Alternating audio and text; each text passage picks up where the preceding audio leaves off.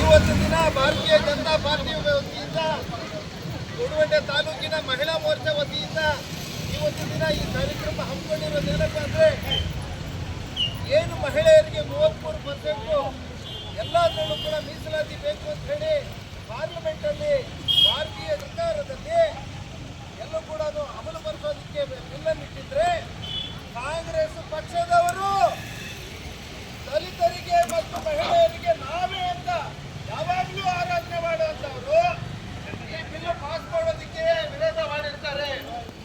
ಈ ಬಿಲ್ ಜನರ ಹತ್ರ ನಾನಾ ರೀತಿಯಾಗಿ ಮಹಿಳೆಯರಿಗೆ ನಾವಿದ್ದೀವಿ, ದಲಿತರಿಗೆ ನಾವಿದ್ದೀವಿ, ಮುಸ್ಲಿಮ್ಸ್ಗೆ ನಾವಿದ್ದೀವಿ, ಎಲ್ಲದಕ್ಕೂ ಒಬ್ಬರನ್ನ ಕೋಮುವಾದ ಮಾಡಿ ಮಾಡಿ ಮಾಡಿ ಕೋಮುವಾದ ನಮ್ಮ ಬಿಜೆಪಿ ಮೇಲೆ ಹೊರಿಸಿ ಅವರು ಇಂಥ ಇದನ್ನೆಲ್ಲ ಮಾಡ್ತಾ ಇದ್ದಾರೆ.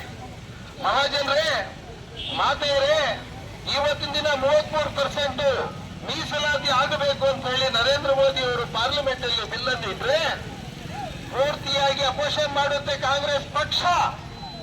ಮಹಿಳಾ ವಿರೋಧಿ ಪಕ್ಷ, ರೈತ ವಿರೋಧಿ ಪಕ್ಷ ಕಾಂಗ್ರೆಸ್ ಪಕ್ಷ.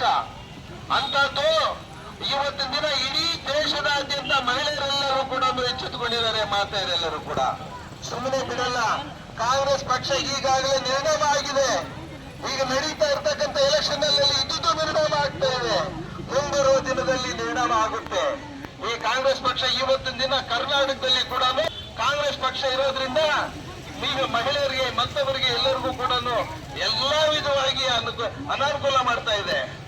ಇಂತಹ ಸಮಯದಲ್ಲಿ ಮಹಿಳೆಯರೆಲ್ಲರೂ ಕೂಡ ಇವತ್ತು ಎಚ್ಚೆತ್ತುಕೊಂಡು ಈ ಒಂದು ಹೋರಾಟವನ್ನ ಮಾಡ್ತಾ ಇದ್ದೇವೆ. ಮುಂಬರುವ ದಿನಗಳಲ್ಲಿ ಕಾಂಗ್ರೆಸ್ ಪಕ್ಷದವರೇ ಎಚ್ಚೆತ್ತುಕೊಳ್ಳಿ.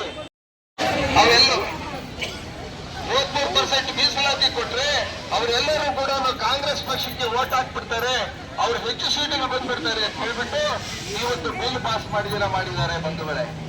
ಹಾಗಾಗಿ పక్ష ఇతర పక్షాలతో చేరుకొని మోదీ వాళ్ళు మన ఆడవాళ్ళకి 33% విధానసభలో లోకసభలో ఉండాలా, వాళ్ళకే అధికారం ఇవ్వాలా అది శబ్దా చేస్తే దాన్ని మన అందరూ విరోధించి ఆ బిల్లుని పాస్ కాక చేసిండారు. ఇప్పుడు మనకి మీకు అర్థమయ్యేది చెప్తాను. తాలూక్ పంచాయతీ, గ్రామ పంచాయతీ, పట్టణ పంచాయతీ అన్ని పంచాయతీలలో 33% ఇచ్చిండే దానికి మేమంతా అవతకు వచ్చినాము. నేను కానీ సుమిత్ర కానీ ఎవరెవరు కౌన్సిలర్స్ ఆడవాళ్ళు ఇప్పుడు ఆశా చెప్పాలి గుర్తించుకోవడం ఏమే 33% ఉండిన దానికి నేను అవతకు వచ్చినాను. మీకు అందరికీ నేస్తుంది ఆ చేసినారు. అయితే ఈ పదం మనకి అట్లా కాకున్నట్లు చేసినారు. ఇప్పుడు అంబేద్కర్ వాళ్ళు సంవిధాన శిల్పి వాళ్ళు చెప్పింది ఏమి 33% ఆడవాళ్ళకి ఇస్తేనే అనేసేనే. అయితే ఆ అంబేద్కర్ ని పాడతారో పొగుంటారో అంతా చేస్తారు. అట్లా మహానుభావులు చేసిన సంవిధానం వాళ్ళు ధిక్కరించిన వాళ్ళు కాబట్టి ఈ పదం మేమంతా ఇది చేస్తాడు. అమెండ్మెంట్ ను జారీ చేయలా, మాకు అధికారం కాదే కావాలా. ప్రతి ఒక్క మనం ఏమేమి కష్టాలు ఉన్నాయో మాట్లాడాలంటే మనము తాలూక్ పంచాయతీ, జిల్లా పంచాయతీ అట్లనే అంతే ఉన్నాము. లోకసభ విధానసభలో చేయాలంటే మనకి 33% కానే కావాలని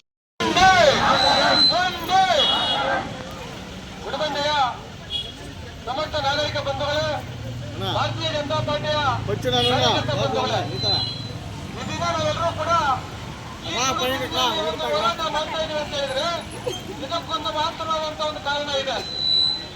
ಏನ ಕಾರಣ ಅಂತ ಹೇಳಿದ್ರೆ, ಮೊನ್ನೆ ನಡೆದಂತ ಲೋಕಸಭಾ ಅಧಿವೇಶನದಲ್ಲಿ ಇಡೀ ದೇಶದಲ್ಲಿ ಇರ್ತಕ್ಕಂಥ ಮಹಿಳೆಯರಿಗೆ ರಾಜಕೀಯವಾಗಿ 33% ಅನ್ನ ಏನು ಕೊಡಬೇಕು ಅಂತೇಳಿ ನರೇಂದ್ರ ಮೋದಿ ಸರ್ಕಾರ ಲೋಕಸಭೆಯಲ್ಲಿ ಒಂದು ಖಂಡನೆ ಮಾಡಿದಂತ ಸಂದರ್ಭದಲ್ಲಿ ಮಹಿಳೆಯರಿಗೆ 33% ಕೊಡಬಾರದು ಅಂತೇಳಿ ಕಾಂಗ್ರೆಸ್ ಮತ್ತು ಅದರ ಮಿತ್ರ ಪಕ್ಷಗಳು ಇವತ್ತು ಮಹಿಳಾ ವಿರೋಧಿ ನೀತಿಯನ್ನು ಅನುಸರಿಸಿ ಆ ಬಿಲ್ ಅನ್ನ ಪಾಸ್ ಮಾಡಿ ಹೋಗಿ ಇವತ್ತು ಮಹಿಳಾ ವಿರೋಧಿ ನೀತಿಯನ್ನು ಅನುಸರಿಸತಕ್ಕಂಥ ಈ ಸಂದರ್ಭದಲ್ಲಿ ನಾವೆಲ್ಲರೂ ಕೂಡ ಪ್ರತಿಭಟನೆ ಮಾಡ್ತಾ ಇದ್ದೇವೆ.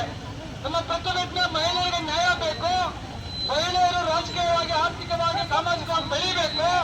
ಆ ಮುಖಾಂತರ ದೇಶದಲ್ಲಿ ಎಲ್ಲಾ ರಂಗದಲ್ಲೂ ಕೂಡ ಮಹಿಳೆಯರು ಇರಬೇಕು ಅಂತ ಹೇಳಿರುವಂತ ಈ ದೇಶದ ಗೌರವಾನ್ವಿತ ಪ್ರಧಾನಮಂತ್ರಿಗಳು ಆಗಿರುವಂತ ನರೇಂದ್ರ ಮೋದಿ ಆಶಯವನ್ನು ಬೆಂಬಲಿಸಿ ಇವತ್ತು ಈ ಹೋರಾಟದಲ್ಲಿ ಭಾಗವಹಿಸಿದ್ದೇವೆ.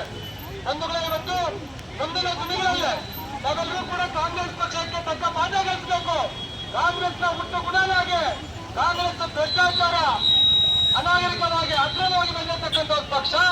ಈ ಪಕ್ಷ ಮಹಿಳೆಯರನ್ನ ಬೆಳೆಸಲಿಕ್ಕೆ, ಮಹಿಳೆಯರನ್ನ ಅಭಿವೃದ್ಧಿ ಮಾಡಲಿಕ್ಕೆ ಬಿಡ್ತಾ ಇಲ್ಲ. ಈ ಸಂದರ್ಭದಲ್ಲಿ ನಾವೆಲ್ಲರೂ ಕೂಡ ನರೇಂದ್ರ ಮೋದಿ ಅವರ ಕೈಯನ್ನು ಬಲಪಡಿಸಬೇಕು. ಮುಂದಿನ ಚುನಾವಣೆಯಲ್ಲಿ ಕಾಂಗ್ರೆಸ್ ಪಕ್ಷವನ್ನ ನಮ್ಮ ವಿಧಾನಸಭಾ ಕ್ಷೇತ್ರದಿಂದ ರಾಜ್ಯದಿಂದ ಮುಕ್ತ ಮಾಡುವ ರೀತಿಯಲ್ಲಿ ಕೆಲಸ ಮಾಡಬೇಕು ಅಂತೇಳಿ ಹೋರಾಟ ಮಾಡಿದ್ದೇವೆ.